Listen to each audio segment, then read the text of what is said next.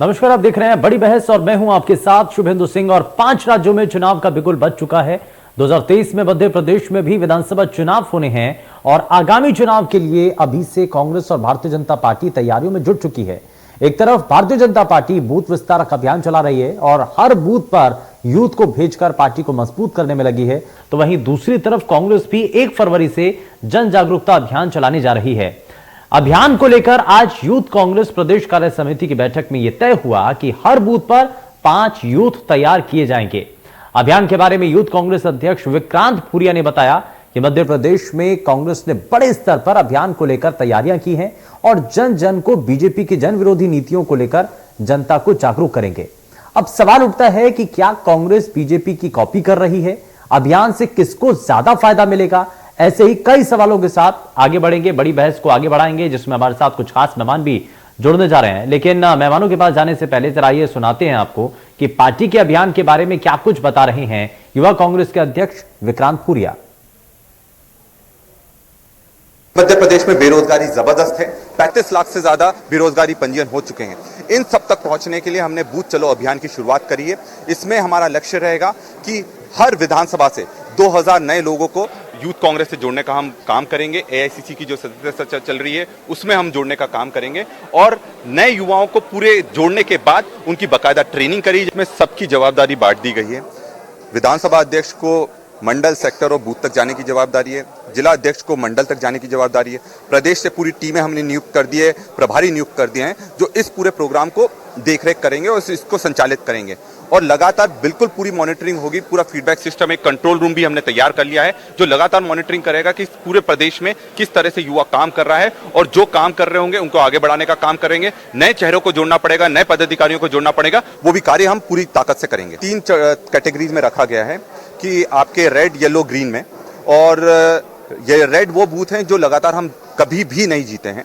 Yellow वो booth हैं जिनमें हम कभी जीतते हैं, कभी हारते हैं। और ग्रीन वो वाले बूथ हैं जिनमें हम लगातार जीतते चले आ रहे हैं। तो इन सब में सबसे ज्यादा जो फोकस रहेगा हमारा येलो और रेड वाले बूथों पर रहेगा, ताकि नए लोगों को जोड़ने का और नए लोगों को वहां खड़ा करने का, ताकि जब चुनाव हो हर बूथ पर हमारे यूथ कांग्रेस का कार्यकर्ता उपस्थित रहे और लड़ाई लड़े।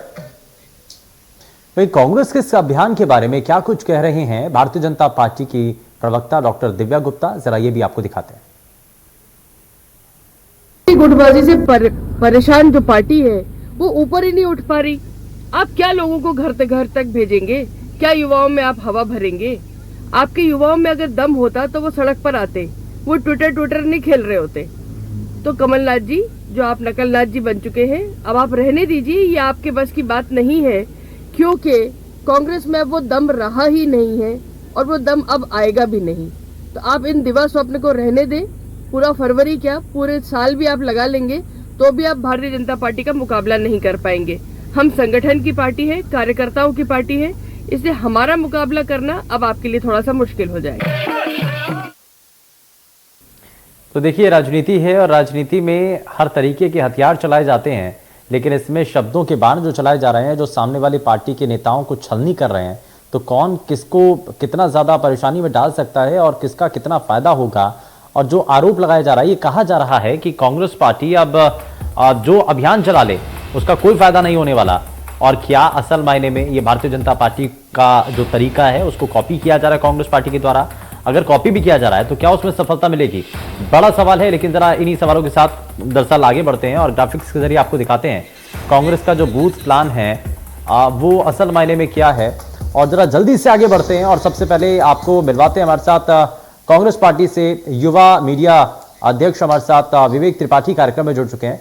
विवेक जी, बहुत स्वागत है आपका कार्यक्रम में। और शुरुआत में आपसे ही कर रहा हूं, बूथ पर मजबूती के लिए यूथ की जिम्मेदारी जो दी गई है, असल मायने में मकसद इसका क्या है? दरअसल 3 लाइटों के जरिए इसका जिक्र किया जा रहा है, रेड, येलो और ग्रीन। तो ये जो तीनों बत्तियां हैं, ये जिन इलाकों के अंदर रेड लाइट कांग्रेस पार्टी के लिए जली हुई है, सबसे ज्यादा फोकस वहीं पर किया जाएगा क्या? देखिए, निश्चित ही जिन बूथों पे हमारी पार्टी अभी कमजोर है, उस कमजोरी को दूर करने के लिए, एक सशक्त नए युवा को नेतृत्व देने के लिए हम जमीनी स्तर पे जाके बूथ को मजबूत करने का यहाँ पे काम कर रहे हैं। निश्चित ही एक बहुत लंबे समय से मध्य प्रदेश में भाजपा की सरकार थी उसको जमीनी रूप से उखाड़ फेंकने में एक बहुत बड़ी भूमिका मध्य प्रदेश के युवाओं की थी। आज मध्य प्रदेश में 35 लाख से ज्यादा बेरोजगार युवा रोजगार कार्यालय में पंजीकृत है। इन सभी युवाओं की भावनाओं को सरकार तक पहुंचाने के लिए, इन सभी युवाओं को संगठित करने के लिए जिस तरीके से इनकी आवाज को दबाने का भाजपा सरकार निरंतर प्रयास करती है, तो इन सभी प्रयासों को खत्म करने के लिए एक मजबूत सशक्त युवाओं का संगठन तैयार हो, उसके लिए हमने एक कार्यक्रम शुरू किया है और हम पूरे मध्य प्रदेश में प्रत्येक बूथ पे जाके अपने कार्यकर्ताओं को तैयार करेंगे। जो नए मतदाता हैं, जो 18 साल से 25 साल के बीच में जो इस चुनाव में पहली बार वोट करने जाएंगे, उन सभी को हम कांग्रेस पार्टी से जोड़ रहे हैं, कांग्रेस पार्टी की विचारधारा के बारे में बता रहे हैं। हमारे 15 महीने की सरकार में बेरोजगारी को खत्म करने के लिए, युवाओं के लिए जो हमारे योगदान रहे हैं, उन सभी विषयों को हम यूथ तक पहुंचाने का यहाँ पे काम कर रहे हैं। और निश्चित ही जिस तरीके से पूरे मध्य प्रदेश में आज एक सबसे बड़ा वर्ग जो परेशान है भाजपा की सरकार से, वो युवाओं का है। आज रोजगार की तलाश में दर दर की ठोकरें खाने पे प्रदेश का युवा मजबूर है। एक बहुत बड़ी संख्या में कोरोना काल के बाद में शिक्षित जो युवा थे, जो रोजगार खो बैठे और पलायन करके वापस मध्य प्रदेश आ गए, वो अपने परिवार का भरण पोषण करने में कहीं ना कहीं असमर्थ साबित हो रहे हैं। एक लंबे समय से सरकारी रिक्त पदों पे भर्तियां नहीं की जा रही है, जिसको लेके आज युवा सड़कों पे लड़ाई लड़ने के बड़ा लिए सवाल विवेक त्रिपाठी जी बड़ा उठ रहा है, संगठित करने का काम युवा कांग्रेस बड़ा सवाल यहाँ पर ये उठ रहा है कि भारतीय जनता पार्टी को आप कॉपी कर रहे हैं। जो बूथ स्तर पर मैनेजमेंट तैयार करने का जो प्लान था वो बीजेपी का था, अब उस प्लान को आपने चोरी कर लिया है, ये कहा जा रहा है भारतीय जनता पार्टी की तरफ से। क्या असल मायने में चोरी है? और चलिए अगर चोरी भी कर लिया तो क्या आपको लगता है कि इसका फायदा मिलेगा? भारतीय जनता पार्टी क्या कहती है?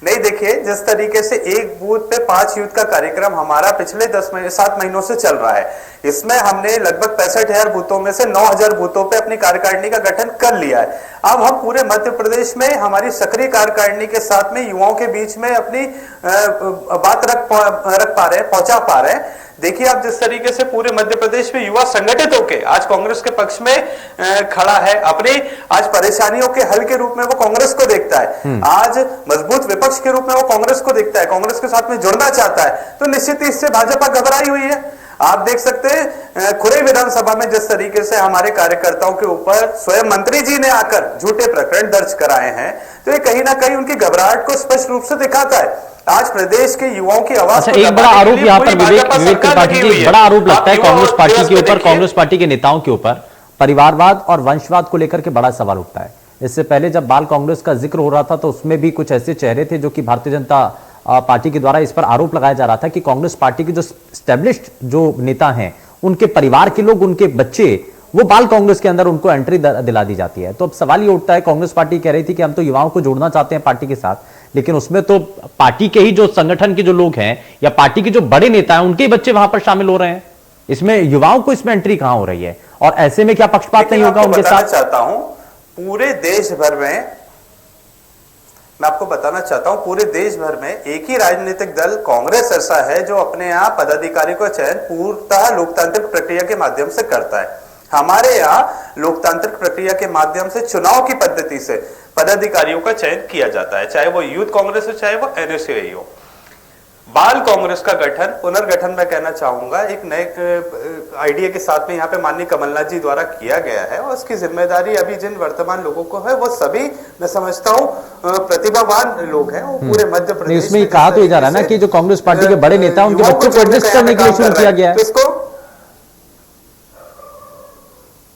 नहीं, ऐसा नहीं है, ये आरोप निराधार है और भाजपा जिस तरीके से घबरा के इस तरीके के आरोप लगा रही है, आज एक बहुत बड़ा युवाओं का जो वर्ग है वो भाजपा से खसकता जा रहा है, तो भाजपा उससे घबरा गई है। इस तरीके की आरोप लगाने से कुछ हासिल होना नहीं है। उनको 2023 में इस चीज के बारे में अंदाजा हो गया है कि आज मध्य प्रदेश का एक बहुत बड़ा वर्ग युवा उनसे नाराज हो गया है, तो उस नाराजगी से घबरा के इस तरीके के आरोप कांग्रेस पे लगा रही है। आरोप लगाने से कुछ हासिल नहीं होगा। आज युवाओं का पूरा समर्थन हमारे साथ में है।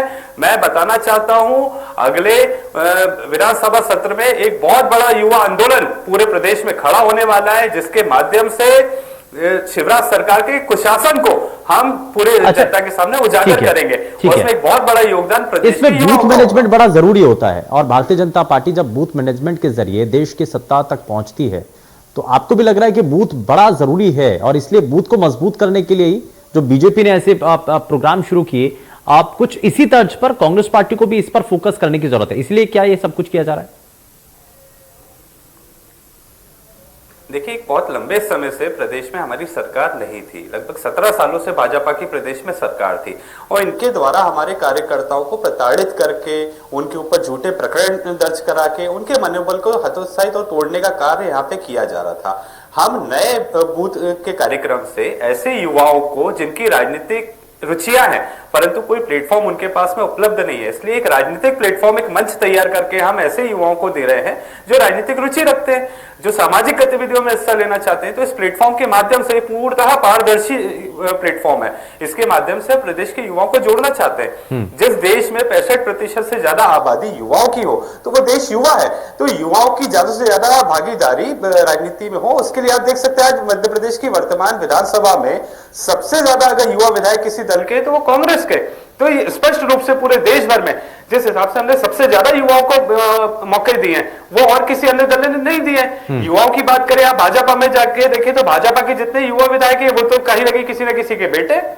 हमने अगर ऐसे वर्ग के, गरीब वर्ग के, किसान वर्ग के, मध्यम वर्गीय परिवार के लोगों को, अगर युवाओं को हमने राजनीति में आने का मौका दिया तो उस पूरे देश भर में आप देख लीजिए कांग्रेस ने दिया है। आज मध्य प्रदेश विधानसभा में सबसे ज्यादा युवा विधायकों की संख्या जो है वो कांग्रेस पार्टी की है। अच्छा, तो निश्चित ही हम एक नई राजनीति को यहाँ पे अच्छा, एक चीज तो बताइए, यहाँ पर तीन जो लाइटों का जिक्र किया जा रहा था, ये बार बार कहा जा रहा है कि रेड, येलो, ग्रीन।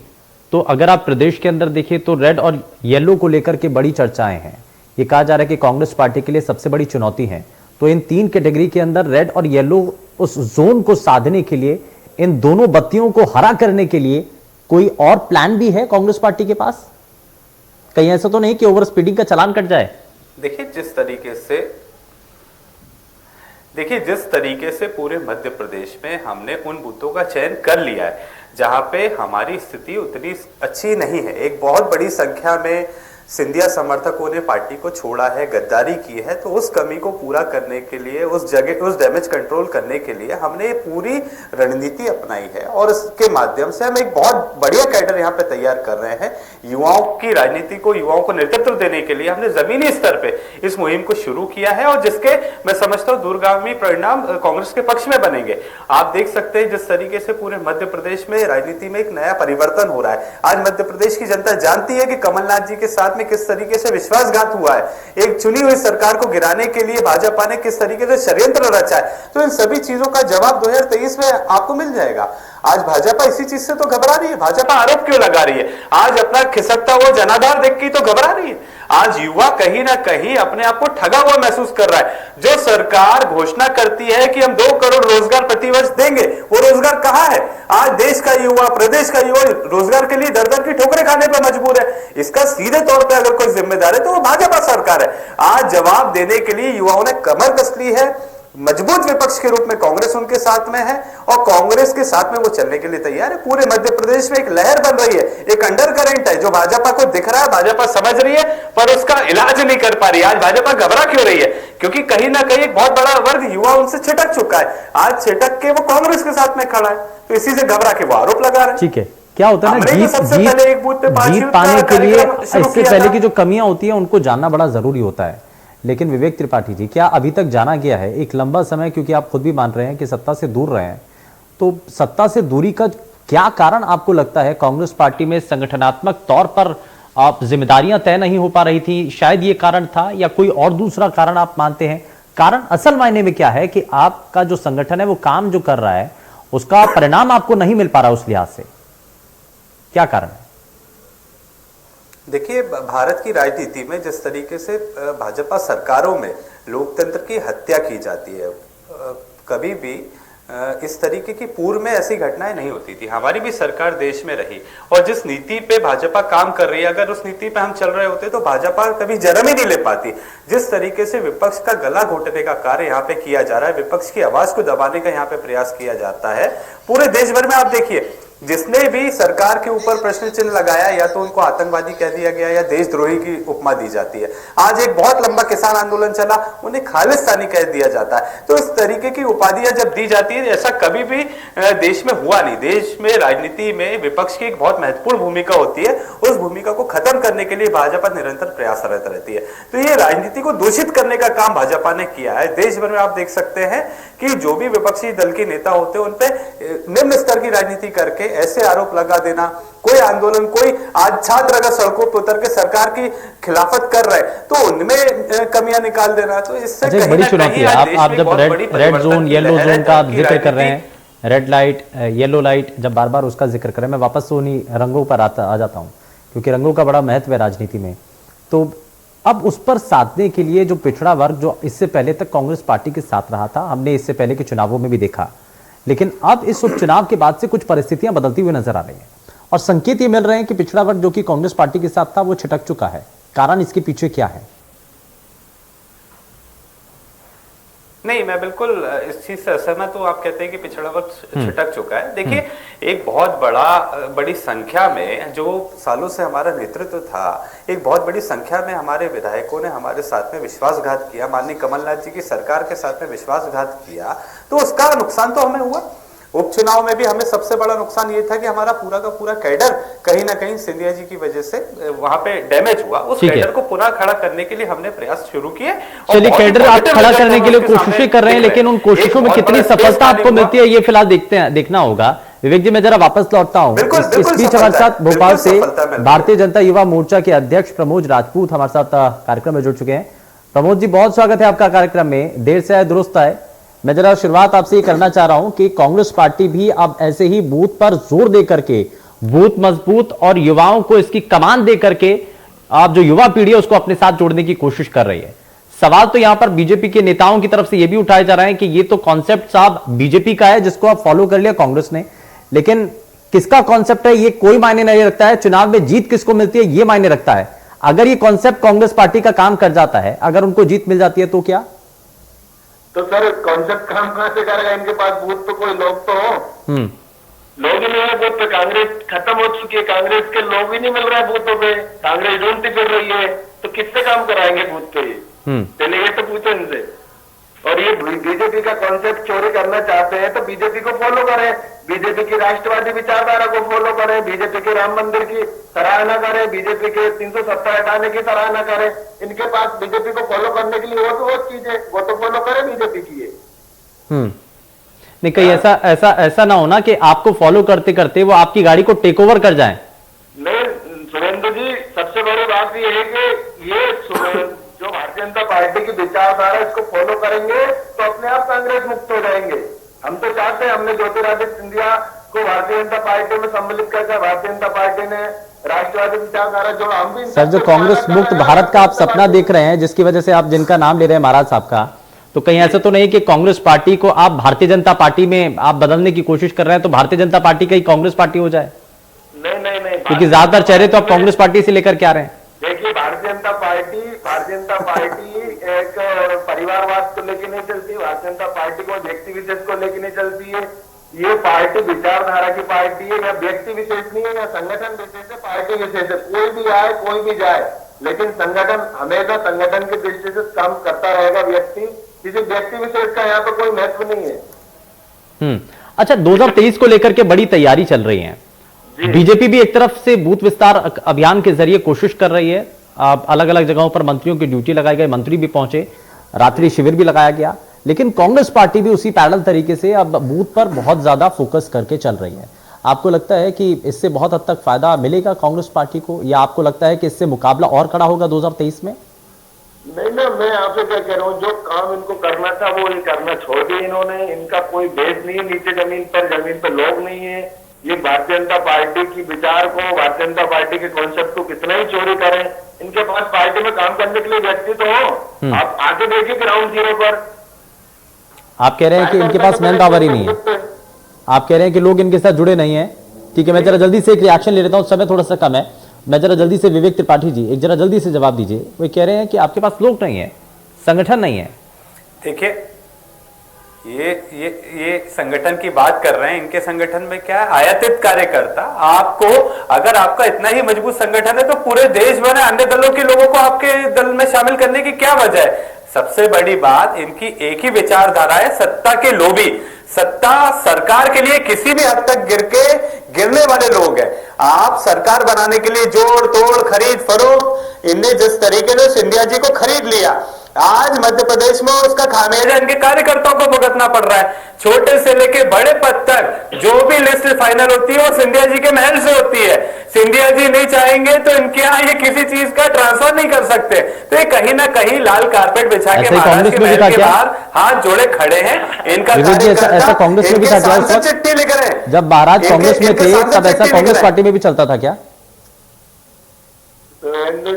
देखिए, कांग्रेस में नहीं चल रहा था तभी तो आज भाजपा में। अगर कांग्रेस में चला पाते तो कांग्रेस में नहीं होते क्या? तो कांग्रेस में होते ना। आज कांग्रेस से क्यों छोड़ के भाग गए? क्योंकि ये दादागिरी, ये महाराजगिरी यहाँ नहीं चली, वहां चल रही है तो चला रहे हो। कब तक चलेगी वो भी देख लीजिए। चलिए जरा जल्दी से एक रिएक्शन ले लेता हूं। आप ये देखिए, जिस संगठन को आज महाराज डिसाइड करते हो जो खुद कांग्रेस से आए, तो कांग्रेस ही डिसाइड कर रहा है भाजपा में अगला पदाधिकारी कौन होगा। ठीक है, मैं जरा जल्दी से एक रिएक्शन ले लेता हूं, समय थोड़ा सा कम है। प्रबोध जी, अब जरा जल्दी से इस पर रिएक्ट कीजिए कि चुनावों को लेकर के जो तैयारियां हैं, इन तैयारियों के बीच में जो कोशिशें हैं, आपको कितना सार्थक लगता है? आपको लग रहा है कि आप संगठन को मजबूत करने के तौर पर कुछ और काम करने की भी जरूरत है? बीजेपी को, युवा विंग को? युवा विंग हमारी कितना, आप बताइए, हम लोग फोकस कर रहे हैं युवा पे। हमने युवा मोर्चे में हमने जो तय करा है उसके आधार पर हम लोग हर बूथ पे नए 10 युवाओं को हम सक्रिय कर रहे हैं। पंचायत अध्यक्ष की एक हमने लिस्ट तैयार करी, हमने बूथ पर 10 यूथ, ऐसा हमारा एक नारा है। हम लगातार नए युवा वोटरों में जा रहे हैं, उनको पार्टी की विचारधारा से जोड़ रहे हैं, राष्ट्रवादी विचारधारा से जोड़कर उनको प्रेरित कर हम भारतीय जनता पार्टी से जोड़ने का काम कर रहे हैं। और लगभग जनता जो साथ में जुड़ रही है, क्या वो वोट आपके उस वोटर के तौर पर तब्दील हो पाएगी? देखना बेहद दिलचस्प होगा। खैर, बहुत शुक्रिया दोनों ही खास मेहमानों का कार्यक्रम में शामिल होने के लिए।